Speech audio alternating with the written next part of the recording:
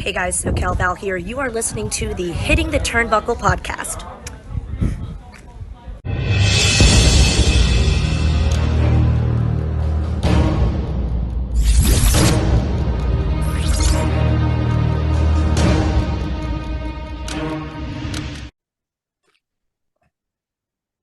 Welcome everybody back to another episode of the Hitting the Turnbuckle podcast. I am your host, Adam Cousins, and as you can see behind me, it is Raw Review Day. Now, who better to give us his insights into what happened on Raw than the man that's celebrating the 4th of July? So I must wish him a happy 4th of July, Mr. Parker Hamlet. Yeah, got the red on, not the white and the blue. Happy 4th to us over here stateside. I appreciate that. Red is also the color of the flagship show for WWE, that being Monday Night Raw. First time I've been on to review the WWE, weekly programming in quite some time. You're rocking the We the One shirt. Everything's looking good. We're raring to go, and I've got some thoughts about Monday Night Raw, so I'm ready to get into it. Let's get into it, but let's have some questions, because you just mentioned a very interesting point I want to pick up. You said that Raw is the flagship show. Is it still the flagship show in WWE? That's what they say, Adam. That's what they tell me. It's a very, like I said, that seems to be the general consensus. I definitely feel like it's SmackDown at this point. I enjoy SmackDown every week. I think the two weekly television in regards to wrestling I enjoy the most now are probably Collision and SmackDown. That seems to be my two top picks. But I definitely agree with you. Monday Night Raw definitely feels like an afterthought, and I really didn't want to come on this show and completely crap all over WWE's weekly television, but I found myself last night hard to get through it. And people ask me, you go to AEW shows all the time, every time they come close to you, why do you go to WWE shows? And every WWE pay-per-view I've been to, I've had an excellent experience. But weekly television, especially a 3-hour Monday Night Raw, Adam, it's hard to get through, genuinely. 3 hours is just too much time, period. So I definitely agree with you with the sentiment that they can say it's the flagship show. Last night did not feel like the flagship show to me. It hasn't done for a while, in my opinion. Anyway, but let's crack on. The post Money in the Bank edition of Monday Night Raw rolled into Baltimore, and it started with the World Heavyweight Champion, Seth freaking Rollins, coming to the ring. Very, very, very, very happy kind of promo about Money in the Bank and about his title. Then was interrupted by Cody Rhodes, and I find that one very interesting. I'll get into that, my thoughts of that in a second. And he started with "so," and as soon as he finished the "O" in "so," lo and behold, Brock Lesnar's music hits, and he comes out. They have what I would class as a schoolboy scuffle that we'd normally see in 3rd grade. Was split up by referees. It went to a break. Seth Rollins come back, and this time was interrupted by the Judgment Day, including Damian Priest minus Finn Balor, and we'll get into a bit more of that later on. Long story short, it was built for the main event, Seth Rollins, Dominik Mysterio. Question: why did Cody Rhodes even come out? What I felt as if it, Parker, was it was impactful, but it just didn't make sense. First of all, I was baffled by the entire segment, to be honest with you. And it was a very drawn-out segment because Seth was still in the ring, when they came back from commercial break, which I thought was very interesting. And I think this was a very interesting segment, and it piqued my interest initially because you had the post-media press conference where Seth Rollins, title was brought up to Cody Rhodes, and of course, journalists asked Seth Rollins, does winning the World Heavyweight Championship mean you finish the story? And Cody does the best of his ability, tries not to bury Rollins' title, but says, no, that wouldn't be finishing the story. It would be winning the title that my dad, of course, obtained and all that good stuff. So with that being said, when I heard Cody Rhodes' music hit in Baltimore, not very far from me, like I said, I considered going to this Monday Night Raw. Glad I didn't. When Cody's music hit and the crowd went crazy, I was like, wow, this is interesting. Maybe, Triple H is heading in a direction that I don't quite anticipate. Let's see how this entire thing plans out. So Obviously also like post pay-per-view, you kind of get an idea of where they're going with certain storylines, who's going to be next in line for World Heavyweight Championship. That's probably one of my favorite things about the first, pay-per-view. The first Raw after a pay-per-view is like, all right, what's next? So it looked like we were getting Cody and Seth. Then Brock's music hits. It was reportedly rumored that he was going to be at Money in the Bank, get involved. He wasn't. So you called it a schoolboy brawl. I think that was the best way to describe it. It was very weak and very underwhelming and very brief.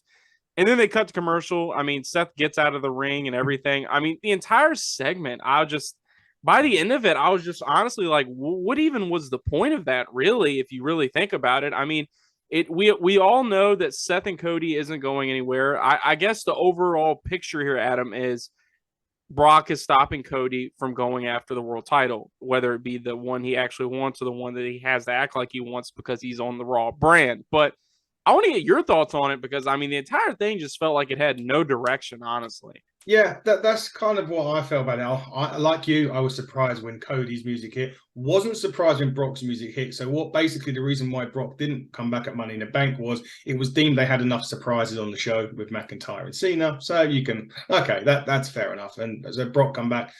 I was kind of expecting more from their fight. Just because they're hating, he broke his arm, and this is probably one of the first times. It's a blood feud. And we get that kind of brawl. Maybe they'll go for first blood. Who knows? That could be the stipulations. There'll be a stipulation at SummerSlam. I was a bit confused. I wasn't so surprised that the Judgment Day come out. They'd been kind of hinting at Dom getting a chance for the world title anyway. Although that kind of isn't going to happen, I don't think now on. We'll talk about it later. I just felt it. I didn't feel as if it rolled enough for me. As I say, once the fight happened, that kind of should have been it. And Seth could have just gone out, or they could have maybe had someone attack Seth. Even Dominik could have come out and cheap shotted him or something while the fight was going on. And then they could have just stopped it with that. And then Seth could have gone on to make the challenge to Dominik later instead of having this kind of break, and you sort of see Steph sort of scurry out the ring when they start having their brawl. But he was leaning on the barricade. Right in the background. Yeah, and I was like, it kind of. I did watch it live, I have to admit. So this was pushing 1:15 in the morning at this point, so AM. So my eyes are probably a bit flickery, but I didn't think. I think it lacked cohesion for me. But coming back from that, when they announced after that they had a match between Shinsuke and Damian Priest. It was a long match, long back and forth match. Damian Priest won it, which he's Money in the Bank holder. I do have a question for you though. Is Shinsuke Nakamura another case of WWE's bad booking? Or we talked about this on Collision where you said AEW don't quite know how to book the big men. Are we sort of saying here now that perhaps Shinsuke needs to jump over to AEW or back to Japan where they actually know how to utilize how great of a talent he is? Don't let it get lost in the shuffle here. Shinsuke is very comfortable in WWE. I think one of the biggest things, I read his book, he has a undying love and loyalty to New Japan Pro Wrestling. One of his biggest requests of Vince McMahon was being able to go and work in New Japan in any capacity. Triple H granted him that with the Great Muta. So, and of course, Shinsuke is making great money in WWE. So I'm sure Shinsuke Nakamura himself is happy in WWE. But when I watch him in 2023, of course, they rolled out with the package earlier this year saying that he's back, he's returning. I think it was on SmackDown at the time. And, there was all these reports of Shinsuke getting a push. And I was just rolling my eyes the entire time because I knew this is where we were going to be in less than 6 months' time, or less than a year at the max. And I actually tweeted, when I saw Shinsuke was coming out to fight Damian Priest, because Damian Priest isn't going to get pinned after winning Money in the Bank. Absolutely not, especially with how high WWE is on him. I literally tweeted out, Shinsuke is literally about to get pinned after his supposed push we were promised earlier this year. And in less than 20 minutes, sure, it was a long contest. Sure, people got some offense in. Sure, you could argue it wasn't the most clean victory for Damian Priest. But you've already, and by you, I mean WWE, has already managed to make Shinsuke Nakamura feel like an afterthought again after rolling out his return earlier this year. It's really sad to see. And, you really wonder where it all went wrong with Shinsuke Nakamura. I think you could really tie it all back to his feud with AJ Styles years and years ago. You needed to put the belt on him then. You didn't strike while the iron was hot. And that's a conversation that we had on last episodes was, if you don't capitalize on these guys when you can, then they just end up being a shell of their former selves. And, I think Shinsuke knows how to be a babyface. I think Shinsuke knows how to work. I still think Shinsuke is a great professional wrestler, but I definitely think if we want to see the best out of Shinsuke Nakamura moving forward, it's going to be outside of WWE. Yep, I totally agree with that comment. I couldn't agree with you more. Moving on, next segment, Ronda Rousey. She wants to know why Shayna turned on her. Money in the Bank basically explained it. She didn't owe her anything. This was a good segment. It was. I was quite surprised. She walked in. Shayna was like, "What do you mean? I don't owe you anything. I have to bust my balls, and you walked into a WrestleMania main event. I love this. I thought it was great because she even said to her about cutting the promo, which she struggles to do. So Shayna was brilliant for this. She puts her in the ankle lock, and they brawl again, and obviously that was Ronda was saying, "Come back." I think I would like to see this at SummerSlam's probably where it's going to end up. I would like to see them. Did you ever see the NXT Fight Pit? Yes, and I think they've done it at Extreme Rules last year with Matt Riddle and Seth Rollins. It was a great match, and I think every time they've done it, they've executed really well because Triple H just has hands all over it. But if they want to do that with the women, I'm all for it. Yeah, I think that would be an awesome especially match. These two. Yeah, and I think my favorite line out of this Baszler promo was, "The only thing I owe anybody is an apology for bringing you into this business." So she absolutely buried Ronda Rousey on the mic. Obviously, we got a lot of reports from the Wrestling Observer and everybody stating that Ronda has a hard out on her contract. And apparently she's already given WWE a date into which she is concluding her run, her second run back at WWE, which a lot of people don't really remember. This is her second run back. And she obviously wants to put the person, over that got her into the business, one being Shayna Baszler. But I think if that's the mission statement here, I think Shayna Baszler looked like a superstar. She talked like a superstar. And if she beats the absolute dog shit out of Ronda Rousey, I think she's kind of already treading towards the territory she was kind of pre-pandemic when she was just a monster. Like, I don't think people really remember, Adam, that Elimination Chamber where she was just absolutely mutilating everybody. I mean, don't get me wrong. She's not the most captivating character you'll ever find, but at the end of the day, I still think she can work, and I still think she can be that monster heel in the women's division that they oh so desperately need. So I think at the cost of Ronda Rousey to elevate Shayna Baszler, sounds like a fair trade to me. Yeah, I think so. I also would like to see it in the fight, but just because their backgrounds make perfect sense. Yeah, no, I'm down for that. That's actually a really good idea. So WWE, if you're watching, book it. Anyway, okay. Tag team turmoil. Loads of teams here that I think they just picked them out of a raffle, ticket kind of thing. So Chelsea Green, Sonya Deville, or a team anyway. Candice LeRae, Indi, Hartwell can understand they're part of the way. Kayden Chance and Kayden Carter can understand. Nikki Cross and Emma. Dana Brooke, who's been wrestling for the last 3 weeks on NXT, and Tegan Knox. I have no clue how they come up with they must have just threw it down in a raffle. There was a bit of a botch spot in this with Kayden Chance and Carter.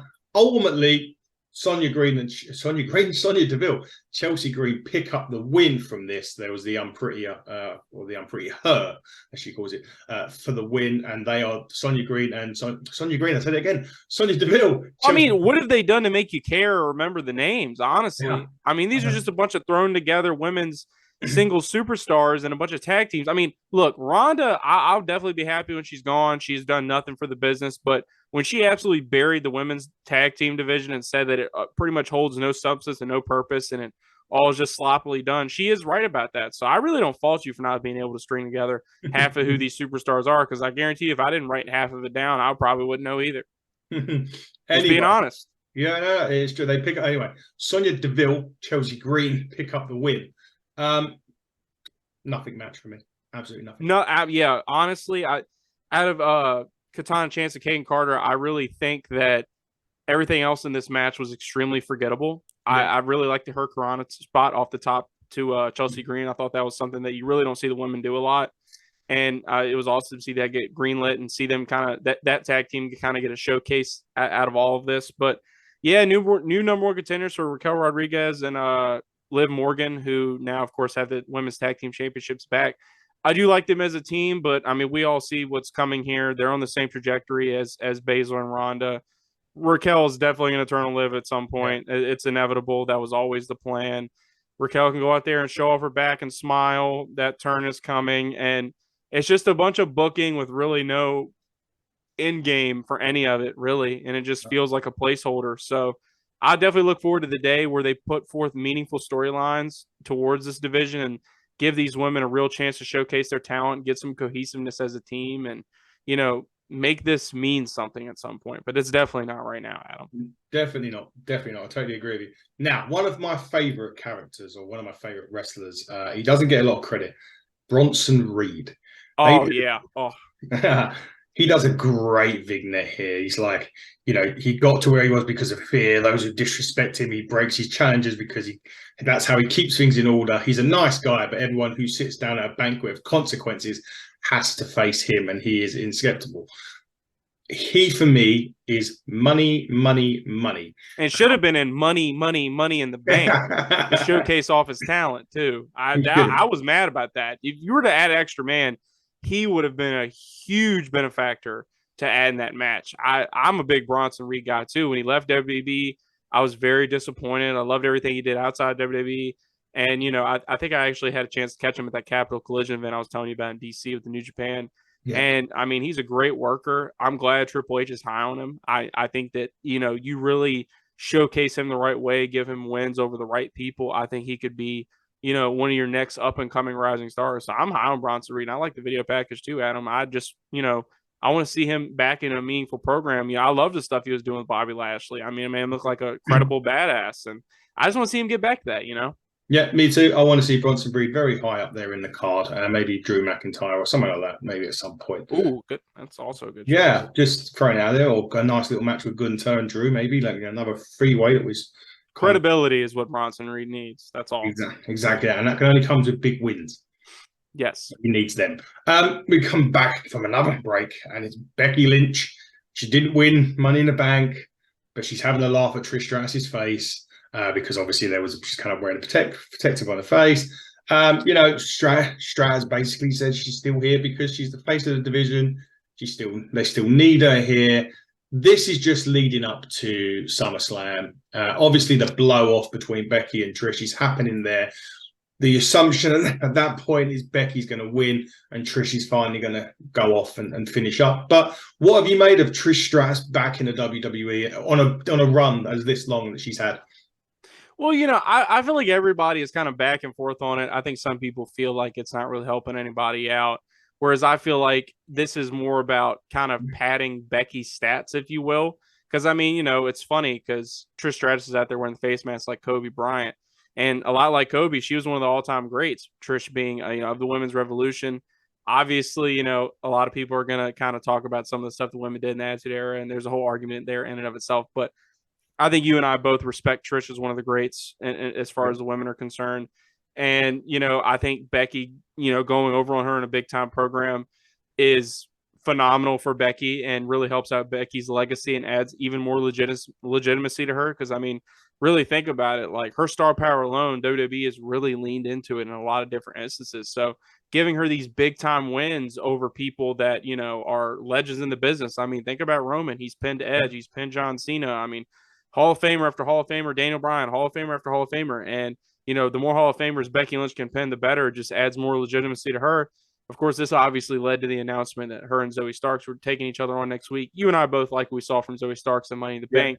Zoe Starks is a good worker. If anybody checked her out on NXT, you already know that. So it'll be a nice little match between Zoe Starks and Becky Lynch as well. So I like the program. I think it's a good way to keep Becky busy, keep her out of the title picture. And, of course, you know, Trish helped Becky out in the grand scheme of things. So I think it's a win-win for both sides. As far as like how I feel about the run, I mean, it's been lackluster in certain moments, but overall, I do think it's kind of cool to see Trish Stratus, you know, involved with the women's division in 2023, just for the nostalgia factor alone. So, I mean, I know nostalgia is a hell of a drug, but sometimes, you know, it is cool to see stuff like that. Yeah, certainly done better than what Lita did earlier this year. Anyway, man. Anyway, Viking Raiders, Alpha Academy. So there was all three. So there was Eric Ivar and Valhalla, Maxine Dupree, Otis, and Chad Gable. Lots of technical difficulties during this match as well. I have a big problem with WWE and a certain individual. I want them to strap a rocket to Chad Gable and let that boy fly. I mean, what does he got to do, man? I mean, what were they calling him a couple of years ago? Shorty G. Say it again. Shorty G. Shorty G. This guy has been through the ringer. He is one of your best in-ring workers you have. I'm not expecting him to pin Roman Reigns. I'm not expecting him to pin Seth Rollins, but like at least give him like a workers man title run with the US title, or just, I mean, come on, man. Just when you throw this guy out there in singles competition, he has absolute clinics with whoever he's out in the ring with. And I think this Otis stuff, honestly, is just below him. And the Alpha Academy, I feel like would have a lot more legitimacy to it if, it wasn't seen as like a comedic act, like something similar to like the Diamond Mine on NXT, a bunch of legitimate athletes, kind of, iron sharpens iron, kind of like American Alpha back in the day, like something along that. I feel like would be able to showcase what Chad Gable can do more, and then he'd be in a legitimate tag team. But a lot like The Miz is on Monday Night Raw. I feel like Alpha Academy is just there to get pinned, but I'm a lot like you. I think there's a lot left to desire with what they can do with Chad Gable, because he has always been an underappreciated member of this roster, in my opinion, too. Yeah, absolutely. Alpha Academy do pick up the win. Maxine Dupree gets the victory from that. I don't know what to do with these guys. I'm really, because as I said, I think Gable's great. Otis is pure comedy for him, but I just need them to do something with Gable. I really do.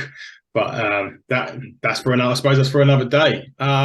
Anyway, we move on now. Now, apparently, there was an altercation with Ricochet and Logan Paul at Money in the Bank, and the reason why that was because the table spot got botched, so they had to do something because they wanted the Spanish Fly to get all the views and such. What bit of a botch onto it, so they had a fight backstage at Money in the Bank, and now Ricochet is issuing a challenge to Logan Paul to join him in the ring next Monday. I'm assuming they're going Logan Paul Ricochet at SummerSlam. Thoughts on that? It'll be fun. I mean, SummerSlam, biggest event of the summer. I'm sure that's going to be on the poster. Thing in Detroit, they're already going to line up the card for that. We're not too far out now. I think someone last night says like 4 or 5 weeks away now. So obviously they got to shape up the card, and I think there's a lot left to be desired. There's probably a bad taste in Logan Paul and Ricochet's mouth after that botched spot at Money in the Bank. But these two have been tied to each other ever since the Royal Rumble. I think this can be a really good opportunity for Logan Paul to kind of show us what he's got in regards to his aerial offense, and, kind of show us that explosive moveset, get a little bit more of a showcase on it. I think we saw a lot of that with Seth Rollins when those two were working together. But, it's funny because I was kind of wondering when I was watching him and Ricochet and Paul work together, like, is the Ricochet archetype kind of what they want Logan Paul to strive for? Do they want him to mirror that? They want Logan Paul to be his own guy. So it'll be nice to see how these two styles clash in the ring together. Obviously, you could say the thing in the Money in the Bank was an isolated incident. Ricochet's a safe worker, but I am very intrigued to see how Logan Paul will hang with Ricochet in a singles contest. I think that'll be a fun match for SummerSlam. So I'm definitely intrigued to see how that works out for both parties. Yeah, I'm all down for that as well. I can't wait. That's going to be, it's one of those ones that could probably go under the radar as match of the night if they get it right. And I'm sure they will, because Logan Paul can work. He works with Shawn Michaels. He knows what to do. So let's be honest. That's going to be good. There was a little bit of another Cody promo. Not really. Oh man, this was weird. Nothing weird. Say hello to Jackie on her first night. Blah blah blah. Anyway, let's move on from that. Rhea Ripley, Natalya. For once, the women get a decent amount of time in the ring for a match. Firstly. Secondly, finally, Natalya gets to show what a great worker she is, because she's been doing nothing for about 10 years. Rhea picks up the win eventually. That was always going to be the case. Of course. But finally, they give Natalya something to show that what she can do, and they give her the time in which she could do it. Now's the time again to give Natty something else. They gave them time. Yeah. And this had everything that the first two contests didn't. I mean, even from like a booking standpoint, I really don't even understand what the hell they were doing with those first two matchups between these two. I really don't. Like, everybody knows Natalya can work. And, she just broke a bunch of Guinness World Records for, I think, most, matches as a WWE superstar in the women's division. And, she's obviously a member of the Hart family and experienced, competitor. And to see her just get chumped out, even if Rhea is supposed to be dominant twice in a row with really no type of showing, was definitely discouraging. And it made me go into this third match, and I could care less. But I was pleasantly surprised throughout my entire duration of watching Raw. I definitely think this was match of the night. I enjoyed this the most. I think Rhea just sells everything well with her face too. I mean, there were moments where, like, obviously we knew Natalya wasn't going to win, but Rhea did a great job of selling everything Natalya was throwing at her. Natalya really did feel like a last-ditch effort, a veteran just giving it everything they had in order to, get one last big title win in her career. Obviously, she didn't come out on top, but like you said, I mean, it's about time they give these two the platform, and they finally went out there and they worked. I definitely thought this was match of the night. Yep, I agree with that entirely. It's nice to give the women the time as well, because they're a very talented bunch of women on there. So give more of that, please, going forward. Hunter or Vince, whoever's doing the booking these days, I don't know. Anyway, we move on. Tommaso Ciampa sitting in a chair, saying about how he's confronted the Miz to his face. Miz attacks him from behind. The spark is finally back in Miz's eyes after loss after loss after loss. Ciampa says he sees the ruthless aggression that took the Miz to the top. So the next time they meet in the ring, he wants Miz to have that same energy, and he will bring the chip on his shoulder, throws the chair away. Miz then starts talking some trash himself, goes on to challenge Ciampa to a no DQ match next week and bring the chip on his shoulder. I'm looking forward to this in a roundabout way. Miz is a great worker. Ciampa's a great worker. Let's get it on next week. They both can work, and I think Miz did have a certain edge to him that he normally doesn't in a lot of his promos, But I do have to say, the longer Tommaso Ciampa interacts with the Miz, the worse off I think Tommaso Ciampa is. Yeah. I mean, I think you need to go ahead and just get this guy on to bigger and better things. I mean, realistically, like, I don't know how you are in regards to the camp of, like, wins and losses matter in professional wrestling. I don't think I've seen anybody get the shit kicked out of them more in a ring than the Miz this year. And, you can say he's the glorified hype man of WWE. He knows his role. He's a heat magnet. He's a great heel.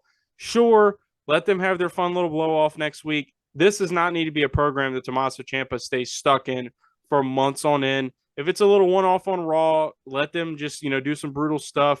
Show us the intensity that Tommaso Ciampa, exuded when he was back in NXT.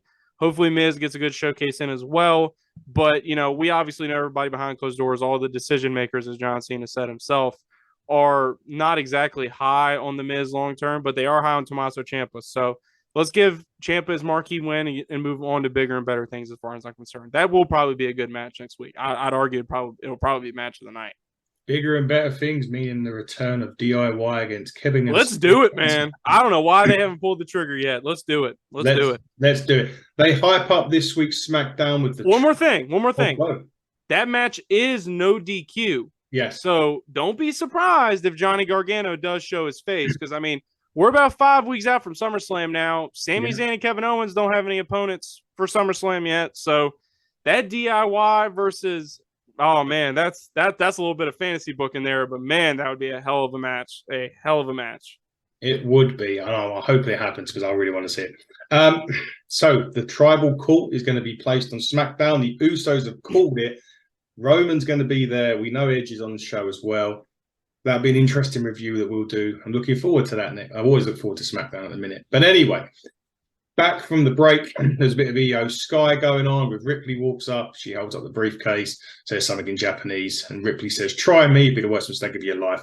And she walks off. Rhea Ripley just vents about Liv and Raquel for a bit. If they ever get in their business again, they'll regret it, just like Seth Rollins will later on. Then we go to the ring, and it's Giovanni Vinci with Ludwig Kaiser and Gunther going against Riddle. This is a standard thing that's been going on with Riddle for so long now. He picks up the win. They attack him. Out comes Drew. He beats everyone up. Can we please just get to the point now and just move on with Drew and Gunther and forget about the other lot?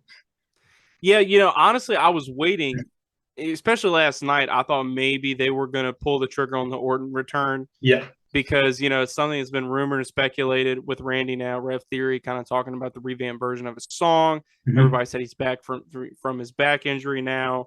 It's just a matter of time. So it'll be interesting to see if Orton does come back and back up Riddle in some capacity. But last night he was backed up by Drew McIntyre. Really isn't that crazy, though, because if you really think about it, Riddle, Orton, and Drew, I think, all teamed up against the Bloodline at one point. So, I mean, it's still really not out of the cards yet. But yeah, let's move on to this Drew and Gunther program, which I think is definitely interesting because Drew still has not signed an extension with WWE. And, this realistically could be his last big program. He said he would only come back if it was something meaningful. I think it's interesting that he gets the Big Four pay-per-view match when he was the one that got pinned at Mania.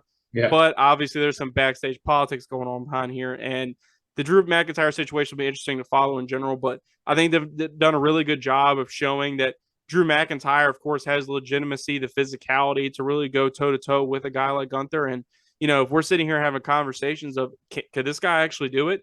I hope he doesn't. I mean, I really want Gunther to keep Honky Tonk Man or beat Honky Tonk Man's record. And I really hope they don't, throw that away just to keep Drew McIntyre happy for a mid-card title. Don't ruin the trajectory of a guy like Gunther. But I'm a lot like you with the Matt Riddle stuff. Let's just go ahead and put a bow on it and let him move on because he lost his contest and his war with Imperium has been more like a beatdown than anything else. Yeah, maybe bring Orton back for a tag team and then have Orton turn on him or something like that. Maybe along those lines. Well, that was always the plan. I mean, Rated RK Bro was going to end sooner rather than later, but obviously they were trying to milk that cow as long as they could. But then Orton got injured, so I really can't blame him. No, exactly that. Matt, the final match of the evening. Main event time, Seth Rollins, Dominik Mysterio. Again, reasonably long match. There was a lot of stuff going on this. Eventually, Priest runs in and intercepts Rollins with a South of Heaven, a massive choke slam. At this point, then he starts to beat the living shit out of him. And there is then an opportunity to cash in Money in the Bank. Dominik is saying, no, don't do it. And then as Priest goes to do it, Finn Balor shows up and takes Rollins out, hits the coup de grace, and basically Priest yells at him, what are you doing? Basically, inciting more dissension within the Judgment Day. I didn't think it was going to happen on Raw again, just because it was maybe it's going to happen at SummerSlam at some point. I don't know. I thought the match was really good. It showcased Dominik as the usual heel as he's been at the moment. He's getting insane heat, which is great. But I don't want to see this at SummerSlam.